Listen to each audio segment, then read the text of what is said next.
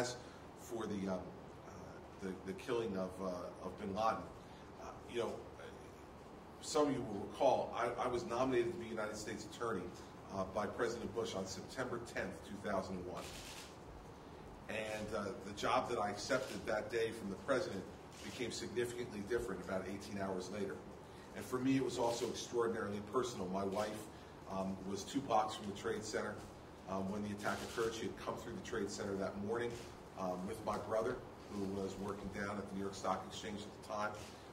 Both of them had to go through escaping from Manhattan that day after the attacks, after the buildings had come down.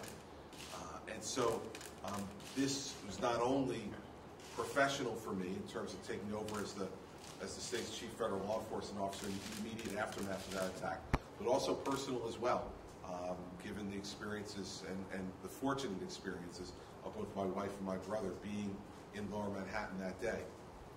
And so I think there's an extraordinary sense of closure for a lot of people, that the person who masterminded and ordered these attacks that killed 3,000 of our citizens has now been brought to justice himself. And I can't think of anything better for Osama bin Laden than to have met his end at the hands of the American military and to be buried at sea. It's exactly where he belongs. I don't think there's any doubt in anybody's mind that the President would get up last night and tell the world that Osama bin Laden's dead unless Osama bin Laden's dead. And so, you know, I have complete confidence in the President's statements, and you know, unless proven otherwise, complete confidence in his judgment on how they move forward with this. We're not going to sit here behind this podium in Trenton and second guess what the President of the United States is doing in Washington. And that's why I said last night in my statement that, you know, I commend him and his administration. If you read the stories of the extraordinary work that went into this operation, the intelligence portion of it and then the execution of it, the President, as the Commander-in-Chief, deserves extraordinary credit for what he was able to do here, and I commend him for it, because these decisions are never easy. They always look easy in retrospect.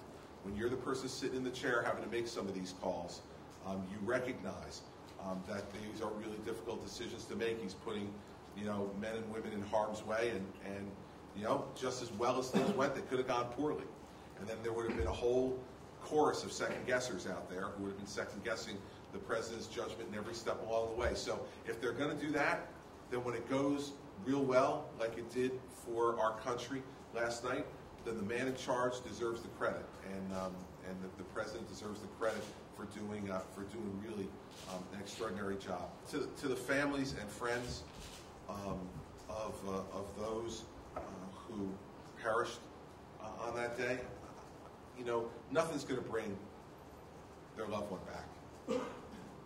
And vengeance at times is a difficult thing. Jim, you know, you may think that, you know, seeing bin Laden dead will make you feel better, and in some respect it gives us all, I think, a sense of justice being done. But I think what the families will be left with is the idea that their loved one is still gone. And I don't know how they deal with that from day to day. I think only if you walk in their shoes do you know how they deal with it. So what I'd say to those families today is that our prayers and our thoughts are with you today in just the same way they've been with those families every day for nearly the last 10 years. All of us, I suspect, in this room know someone who lost someone dear to them on September 11th. I know Mary Pat and I have, unfortunately, a number of friends whose children are now without a father, who go to school with our children, a member of our parish who was killed that day, a number of people who were very close in our lives who we had daily contact with, some of them. Those families have never been the same. And the fact that Osama bin Laden is now dead will not restore to them the presence of a father or a mother, a sister or a brother, a husband or a wife. It won't do that. But this is someone who deserved to meet this fate much sooner than he did. But in this instance, justice delayed is not justice denied. Justice has been done. The President deserves great credit for that. And I hope that the families today, at least for a short period of time, could feel some measure of solace about the fact that the man who perpetrated these crimes is now sitting at the bottom of the sea somewhere. Hopefully that gives them some measure of solace.